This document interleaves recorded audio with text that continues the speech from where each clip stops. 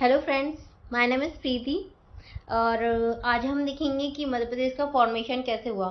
जैसे कि हमने पहले वाली वीडियो में देखा है इससे पहले कि मध्य प्रदेश कौन सी लैंड से बना हुआ है, मध्य प्रदेश में कितनी डिस्ट्रिक्ट हैं, कितनी डिवीजन्स हैं, मध्य प्रदेश को नाम किसने दिया, पंडित जवाहरलाल नेहरू ने। और मध्य प्रदेश की सदर्न बाउंड्री कौन बनाती है, ताप्ती रिवर, तो उसकी नॉर्थन बाउंड्री बनाती है चंबल रिवर। और इसमें कौन 53 डिस्ट्रिक्ट में है और कौन सी डिस्ट्रिक्ट कौन से स्टेट को टच करती है। ये एक लैंडलॉक स्टेट है और इसकी जो सबसे मतलब बाउंड्री बनाती है, सबसे छोटी बाउंड्री कौन सी स्टेट बनाती है, तो स्टेट से बनाती है तो वो गुजरात से। और सबसे ज़्यादा जो बाउंड्री बनाती है वो किससे बनाती है, राजस्थान से। अगर हम वहीं डिस्ट्रिक्ट की बारे में बात करें कि डिस्ट्रिक्ट के अकॉर्डिंग कौन सी सबसे ज़्यादा डिस्ट्रिक्ट कौन से स्टेट को टच करती हैं, तो वो उत्तर प्रदेश को टच करती है। मध्य प्रदेश की सबसे ज़्यादा डिस्ट्रिक्ट कितनी करती हैं, 14, और सबसे कम गुजरात को। और इसका सदर्न पॉइंट है कौन, सबसे लास्टर्न पॉइंट बुरहानपुर। और नॉर्थ पॉइंट बोलें तो मुरैना। और अगर ईस्ट बोलें तो कौन होगा, सिंगरौली। और वेस्ट बोलें तो आप कमेंट में बोलिए इसको, ठीक है। अब इसके आगे हम जानेंगे कि मध्य प्रदेश का फॉर्मेशन कैसे हुआ, मीन्स मध्य प्रदेश का गठन। अब गठन ये सब तो हम जानेंगे। अब हमने जाना ये मध्य प्रदेश में कितनी 53 डिस्ट्रिक्ट हैं, तो इससे ये 53 डिस्ट्रिक्ट बनी कैसे, पहले तो ये पता होना चाहिए। इसी के बारे में देखेंगे, इसी को कहते हैं फॉर्मेशन, बनी कैसे वो चीज़। अगर हम मध्य प्रदेश का फॉर्मेशन देखेंगे तो उससे पहले हमें देखना पड़ेगा कि ये मध्य प्रदेश से पहले कोई भारत भी तो बना होगा, वो कैसे बना, तो उन सब के बारे में देखेंगे हम। अब जैसे कि हम इंडिपेंडेंट हुए, मतलब हमारा इंडिया, हम स्वतंत्र हुए उस टाइम, उससे पहले हमारे पास अंग्रेज राज करते थे। तो हमारा जो ब्रिटिश काल का मैप वो भारत था, वो कैसा था, इस प्रकार था। इसमें कितनी 17 प्रोविंसेस थी कुछ, तो वो इस तरह से थी। अब हमारे लिए ये मुश्किल हो गया था, अब हम इंडिपेंडेंट तो हुए, तो हम कैसे रूल्स करेंगे, कैसे गवर्नमेंट एस्टेब्लिश करेंगे यहाँ पे, कैसे राज्य को विभाजित करेंगे कि सही से गवर्नेंस की पॉलिसीज़ वगैरह जो भी रहे, नीति सही से हो सके, अपन सही से एक कोई भी पॉलिसी को सही तरह से लगा सकें। उन सब की चीज़ों के बारे में हमें सोचना था, तो वो कैसे होंगी, उन सब के बारे में बात चल रही थी। और ये जो मैप, अब ये तो हमारा ब्रिटिश इंडिया था, अब इसमें तो बहुत सारी कैसे क्या डिवाइड करेंगे कुछ समझ नहीं आ रहा था कि किस बेसिस पे राज्य को डिवाइड करना चाहिए, कैसे क्या पॉलिसीज़ होंगी, एडमिनिस्ट्रेटिव बेसिस पे या लिंग्विस्टिक बेसिस पे। इस बीच में बहुत सारी मांगें हुई कि लिंग्विस्टिक बेस पे होना चाहिए। अब इसी चीज़ को गवर्नमेंट ने बहुत, इससे पहले हमारे इलेक्शन तो 1950 में हुए थे और 1952 के सम, पर उससे पहले भी तो हमारे पास जो थी इंटरिम गवर्नमेंट थी और कॉन्स्टिट्यूंट असेंबली बैठी हुई थी, तो उसने बहुत सोचा। तो उसमें से इंटरिम जो कॉन्स्टिट्यूंट असेंबली, उसके जो प्रेसिडेंट थे कौन, डॉक्टर राजेंद्र प्रसाद ने उन्होंने एक कमेटी उठाई जिसको क्या नाम दिया, एस के धर कमेटी। इस कमेटी में एस के धर थे जो इसके मैन थे। ये जो है, ये पिक्चर्स आप देख रहे हैं, वो कौन है, एस के धर।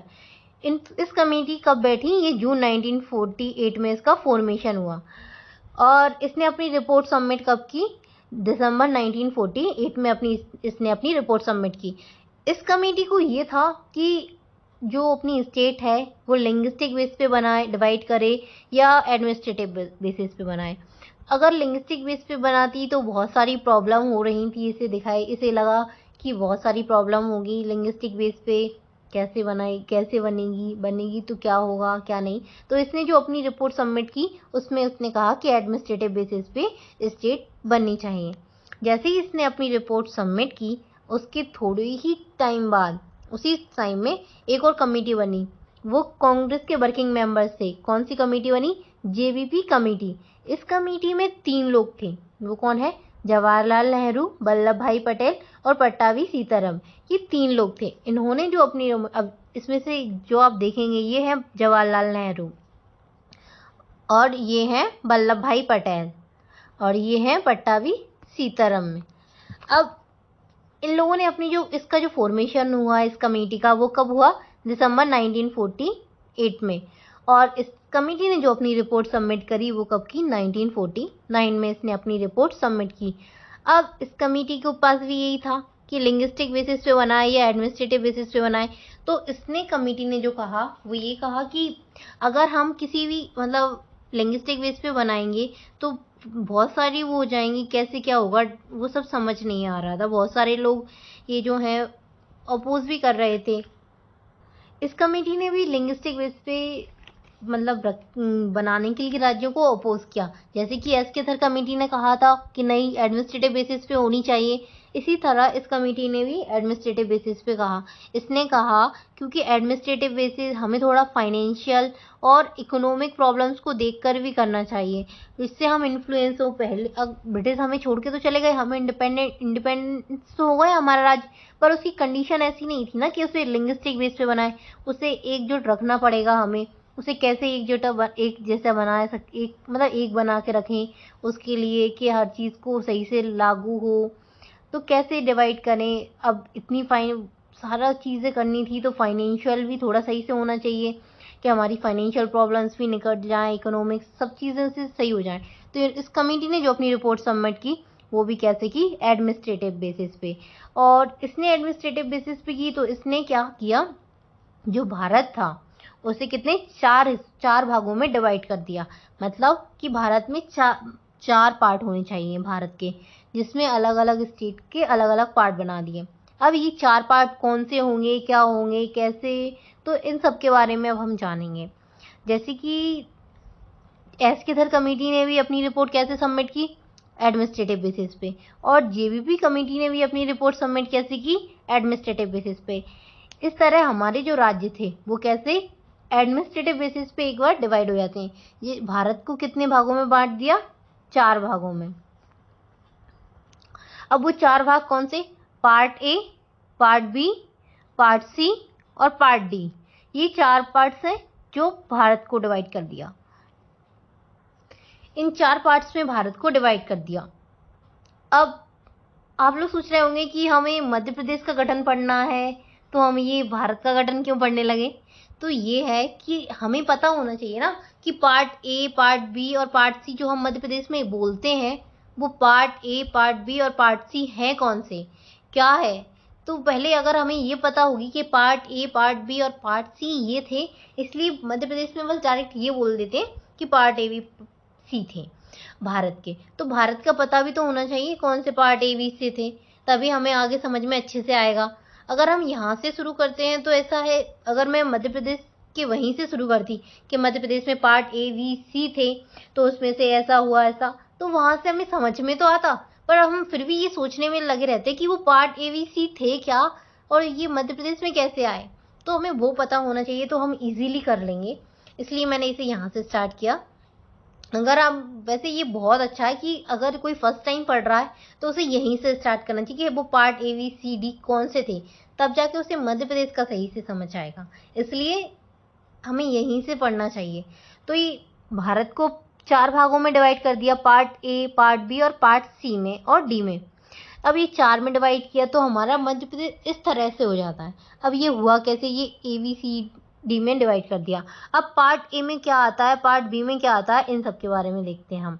अब पार्ट जो ए है उसमें आती हैं कितनी, 216 देसी रियासतें आती थी, जिनको किसमें इसने 9, ये गलती से हो गया, इन्हें कितने में 9 में डिवाइड कर दिया, इन्होंने 9 स्टेट्स में डिवाइड कर दिया। अब वो 9 स्टेट्स कौन कौन सी थी, वो 9 स्टेट थी आसाम, बिहार, मध्य प्रदेश एंड ये जो मध्य प्रदेश है ये वाला 3, Madhya Pradesh and central provinces and Berar. ये एक याद रखना क्योंकि अभी कौन सा पार्ट आया है मध्य प्रदेश का, पार्ट ए में से ये, ठीक है, ए से आया है ये Madhya Pradesh and central provinces and Berar. उसके बाद बॉम्बे, फिर मद्रास, ये जो है मद्रास है, ये यहाँ से मद्रास, और फिर पंजाब, यहाँ पंजाब है ये, उत्तर प्रदेश जिसे पहले संयुक्त प्रांत कहा जाता था, और वेस्ट बंगाल, और ये वेस्ट बंगाल, बस ये 9 ही हैं, ठीक है। और इसके बाद हम आगे बात करें तो इस तरह ये हमारा जो पार्ट ए है, पार्ट ए में कितने 9 स्टेट हो जाती हैं और ये जो 9 स्टेट हैं वो पार्ट ए में आती हैं, जिसमें से एक जो पार्ट है पार्ट ए में से कौन सा, मध्य प्रदेश और सेंट्रल प्रोविंसेस एंड बरार, ये जो हिस्सा है मध्य प्रदेश, ये इतना सा हिस्सा हमारा पार्ट ए में आता है। यहाँ से हमें पता तो चल गया हाँ ये मध्य प्रदेश है, ये छोटा सा हिस्सा था इसे मध्य प्रदेश नाम था। इसके बाद हम बात करते हैं तो पार्ट बी। पार्ट बी में क्या आता है, 8 पार्ट बी में आती हैं। पार्ट बी में पहले पहुंचने से पहले हम पार्ट ए में थोड़ा, ये जो 9 स्टेट हैं इसमें जो गवर्न करेगा वो कौन करेगा, गवर्नर करेगा। और कौन अपॉइंट करेगा उन गवर्नर को भी, उन गवर्नर को अपॉइंट करेगा प्रेसिडेंट। किससे, इलेक्टेड स्टेट लेजिस्लेचर के द्वारा गवर्नर इनको अपॉइंट करेगा, इसमें जो गवर्न करेगा उनको। इसके बाद हम बात करें पार्ट बी की। पार्ट बी में कितने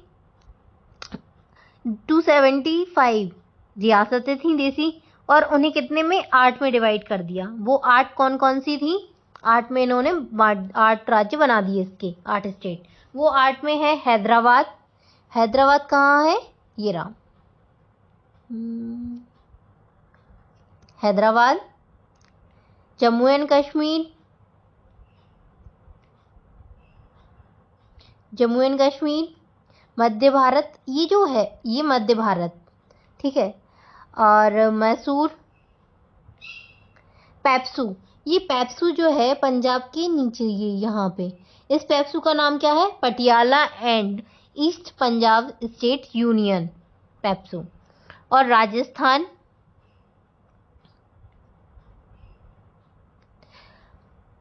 त्रावणकोर, और किसमें, कोचिन, कोची। इन सब में डिवाइड कर दिया 8 में। अब ये 8 में से हम देख सकते हैं मध्य भारत। ये मध्य भारत जो है वो किसका हिस्सा है, पार्ट बी का, जो हम मध्य प्रदेश में पढ़ते हैं, पार्ट बी का हिस्सा। एक ये हो गया। अब इसके और यहाँ पे जो गवर्न करेगा वो कौन करेगा, मतलब यहाँ पे जो होंगे हेड होगा यहाँ का, वो कौन होगा, राष्ट्र प्रमुख। और इन्हें कौन अपॉइंट करेगा, प्रेसिडेंट जो है वो अपॉइंट करेंगे इंडिया के यहाँ पे। उसके बाद हम बात करें part C. Part C state जो, पार्ट सी जो है उसमें 61 देसी रियासतें थीं, और इनको कितने में डिवाइड कर दिया, 9 में। 9 स्टेट बना दी इसकी। अब वो 9 स्टेट कौन कौन सी थी, आमेर, भोपाल, हिमाचल प्रदेश, मणिपुर, त्रिपुरा, बिलासपुर, खुर्द, दिल्ली और विंध्य प्रदेश। इन 9 पार्ट में डिवाइड कर दिया। अब इसमें से देखें तो विंध्य प्रदेश, इस विंध्य प्रदेश को हम एमपी में पढ़ते हैं, ये पार्ट सी का हिस्सा है। और यहाँ पे एक और देखें भोपाल, ये सी के हिस्से हैं, तो इन्हें हम मध्य प्रदेश में भी पढ़ते हैं। तो हम इससे समझ सकते हैं कि जो मध्य प्रदेश है वो पहले सिंपल तो मध्य प्रदेश था नहीं, उससे पहले हमने मध्य प्रदेश कहाँ देखा था, पार्ट ए में। सिर्फ जो इतना सा हिस्सा था वो था मध्य प्रदेश। पर हम मध्य प्रदेश में क्या देखते हैं, मध्य भारत भी देखते हैं, भोपाल भी देखते हैं, और ये विंध्य प्रदेश भी देखते हैं। तो इस तरह से हम कहाँ आ गए, इसमें ये पार्ट ए बी सी, ये हमें मध्य प्रदेश के पूरे मिल चुके हैं। और हमारे जो भारत के पार्ट ए बी सी हैं ये हो गए। अब इसके बाद भारत में पार्ट डी। अब जो पार्ट डी है वो कौन सा है, वो पार्ट डी है वो कौन सा है, अंडमान एंड निकोबार। ये अंडमान एंड निकोबार और ये लक्षद्वीप। ये जो वाला पार्ट है ये आइसलैंड वाला, ये जो है इसे इन्होंने पार्ट डी नाम दे दिया। इसके बाद अगर हम आगे आते हैं तो हमारा मध्य प्रदेश कैसे, ये मध्य हमने देखा, ये मध्य प्रदेश बोलते हैं इसे पहले, और ये मध्य भारत, ये भोपाल और ये विंध्य प्रदेश। इस तरह हमें मध्य प्रदेश मिल गया यहाँ पे बिखरा हुआ। अब इसी बीच क्या होता है, ये मध्य प्रदेश तो बन गया, इन्होंने एडमिनिस्ट्रेटिव बेसिस पे बना तो दी ये स्टेट के, हाँ ये एडमिनिस्ट्रेटिव पे इन्होंने ये स्टेट बना दी। अब उसके बाद हुआ ये, इन्होंने ये 27 स्टेट बना तो दी। अब हुआ ये कि इसी टाइम पे जो उड़ीसा मद्रास था, मद्रास में ही एक तेलुगु भाषी लोग थे वहीं पे, तो वो तेलुगु भाषी लोगों ने स्ट्राइक पे, जो तेलुगु भाषी के लीडर, कांग्रेस के लीडर थे वो थी श्री रामालू। श्री रामालू ने क्या, हंगर स्ट्राइक की। इन्होंने अनशन पे बैठ गए खाना ना खाने की। इन्होंने हंगर स्ट्राइक कितने दिन की 56 डेज की, और इसी बीच इनकी क्या हो जाती है, मृत्यु, ये मर जाते हैं। ये तेलुगु लैंग्वेज के बेसिस पे हुआ था। इन्हें अपनी तेलुगु लैंग्वेज पे एक अलग स्टेट चाहिए था, किससे होके, मद्रास से अलग करना था। तो इन्होंने क्या किया, अब इनकी तो डेथ हो गई, तो इससे गवर्नमेंट जो थी उसमें प्रेशर आ जाता है। प्रेशर आने के कारण गवर्नमेंट एक राज्य बना देती है, उसे क्या नाम देती है, आंध्र प्रदेश। ये आंध्र प्रदेश मद्रास से अलग हो जाता है कब, अक्टूबर 1953 में। तो यहाँ पे मद्रास जो है वो लिंग्विस्टिक बेस पे पहला राज्य बनता है कि जो लिंग्विस्टिक बेसिस पर है। उसके बाद अब एक राज्य बन चुका है तो इसे बहुत सारी डिमांड उठी लिंग्विस्टिक बेसिस पे बनने की। तो इस तरह एक और कमेटी बनती है हमारे यहाँ कि जो लिंग्विस्टिक बेसिस पे डिफाइन करे। एक कमेटी ऑर्गेनाइज की, फिर से बनाई, जिस कमेटी को नाम क्या दिया, स्टेट रीऑर्गेनाइजेशन कमीशन, उसको नाम दे दिया। अब ये बैठी कब थी, 22 भी ज़्यादातर करेक्ट, 22, कुछ किताबें 22 लिखती हैं तो कुछ 29 लिखती हैं। तो 29 दिसंबर 1953 में एक कमीशन बैठी, इसको नाम दिया स्टेट रीऑर्गेनाइजेशन कमीशन। इस कमीशन में 3 लोग थे, जस्टिस फजल अली, के.एम. मुंशी और एच.एन. कुंजरू। इन 3 लोगों थे, जिसमें से जो इसका हेड थे वो कौन थे, फजल अली। इन्होंने ये कमेटी बिठाई, तो जिससे ये देख सकते हैं हम इसमें अच्छे से, फजल अली कमीशन भी बोलते हैं इसे। फजल अली कमीशन पहले ही नाम दिया था इसे। इसका फॉर्मेशन कब हुआ, 22 दिसंबर 1953 भी कहते हैं या 29 दिसंबर 1953 भी कह सकते हैं। जिसमें 3 मेंबर थे, जस्टिस फजल अली, के.एम. पांडिकर और एच.एन. खुंजू। ये 3 लोग थे, इसके 3 मेंबर की कमेटी थी। और इसने जो अपनी रिपोर्ट सबमिट की वो कब की, दिसंबर 1955 में इसने अपनी रिपोर्ट सबमिट की। ये है के.एम. पांडिकर, ये है हमारे के.एम. मुंशी, और के.एम. मुंशी नहीं, जस्टिस फजल अली, और ये हैं एच.एन. खुंजरू। इन तीनों ने अपनी एक रिपोर्ट सबमिट की। इन्होंने बहुत अध्याय, बहुत पढ़ा, बहुत सोचा।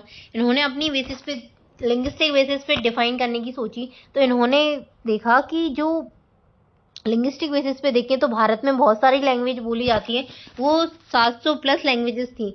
अगर हम लिंग्विस्टिक बेसिस पे करेंगे तो 700 प्लस राज्य बनेंगे, तो ऐसा तो हो नहीं सकता। पर फिर डायलेक्ट भी थी, कुछ अलग भी थी। तो इन्होंने जो अपनी रिपोर्ट दी वो 2 साल बाद दी। 1953 में ये कमीशन बैठी थी और 1955 में इसने अपनी रिपोर्ट सबमिट की। तो इसने 2 साल बाद अपनी रिपोर्ट सबमिट की।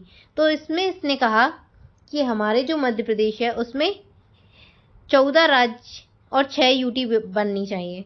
थोड़ा मॉडिफाई किया था वैसे इन्होंने, 16 स्टेट और 3 यूटी की बात की थी, बट इसमें थोड़ा सी मॉडिफिकेशन करने के बाद इसमें 14 स्टेट और 6 यूटीज बनाई।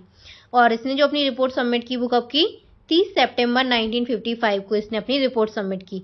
इन्होंने कहा कि हमें इस तरह से बनानी चाहिए जो स्टेट है कि हमें नेशनल की, राज्य की सिक्योरिटी, फाइनेंशियल और एडमिनिस्ट्रेटिव नीड्स, और जो हमारा राज्य का 5 ईयर का प्लान है उसे सब में उसे ध्यान में रखते हुए हमें ऐसी बनाना चाहिए इसे। तो इस तरह से इन्होंने 14 राज्य और 6 यूटी की मांग की। इस तरह 14 स्टेट और 6 यूटी बन जाती। तो वो 14 स्टेट और 6 राज्य, 6 यूटी कौन कौन सी थी, वो 14 स्टेट हैं, बिहार, असम, मध्य प्रदेश, आंध्र प्रदेश, राजस्थान, पंजाब, मैसूर, मद्रास, केरला, जम्मू एंड कश्मीर, बॉम्बे, वेस्ट बंगाल और उत्तर प्रदेश और उड़ीसा। ये 14 स्टेट बन के तैयार हो जाती हैं हमारी फजल अली कमीशन के द्वारा। और यूटी की बात करें तो कौन कौन सी यूटी, 6 यूटी बनती हैं। वो यूटी हैं दिल्ली, त्रिपुरा, मणिपुर, अंडमान एंड निकोबार आइसलैंड, हिमाचल प्रदेश और लक्षद्वीप, मिनिकॉय एंड, ये सारा एक ही है, मतलब लक्षद्वीप वाला। अब जिसमें से हम देखें अभी प्रेजेंट में जो इसकी यूटी थी और प्रेजेंट में अभी कौन कौन सी स्टेट है। प्रेजेंट में इसकी जो यूटी थी उसमें से 3 हमारी अभी प्रेजेंट में स्टेट है। कौन कौन सी, दिल्ली, मणिपुर, त्रिपुरा, ये हम और हिमाचल प्रदेश, सॉरी दिल्ली तो यूटी ही है, मणिपुर, त्रिपुरा और हिमाचल प्रदेश ये हमारी स्टेट हैं अभी और प्रेजेंट में, और 3 तो ये अभी भी हमारी यूटी हैं। इस तरह से हमारी 14 स्टेट और 6 यूटी बन के तैयार हो जाती हैं। अब हम देख सकते हैं कि हमारा मध्य प्रदेश 1946 के बाद ऐसा था और फिर इससे मॉडिफाई होके ये ऐसे बन के आ जाता है हमारा मध्य प्रदेश। अब ये ऐसे आ जाता है हमारे मध्य प्रदेश, ये इस तरह से आ गया 1956 में। अब यहाँ तक तो हो गया, पर इसमें अब भी थोड़े बहुत, अब ये बताइए कि हमारा मध्य प्रदेश का जो हमने यहाँ किया ये हुआ, तो ये हमारा मध्य प्रदेश का रीऑर्गेनाइजेशन हुआ कि फॉर्मेशन हुआ इंडिया का? तो हमारे इंडिया का तो रीऑर्गेनाइजेशन हुआ ना, इसीलिए इस कमीशन को नाम क्या दिया, स्टेट रीऑर्गेनाइजेशन कमीशन, क्योंकि हमारी स्टेट्स तो पहले भी बन चुकी थी। वो कहाँ, हम देख सकते हैं कि हमारी जो स्टेट्स हैं वो पहले ही बन के आ गई थी। कहाँ पे, जो जेबीपी कमेटी थी उसने अपनी रिपोर्ट जब सबमिट की थी तब हमने स्टेट बना ली थी, बट फिर हमने जो स्टेट बनाई वो स्टेट रीऑर्गेनाइजेशन कमीशन के बेसिस पे बनाई। कितनी स्टेट बनाई, 14 स्टेट्स और 6 यूटी। ये हमने फजल अली कमीशन या स्टेट रीऑर्गेनाइजेशन कमीशन पे बनाई।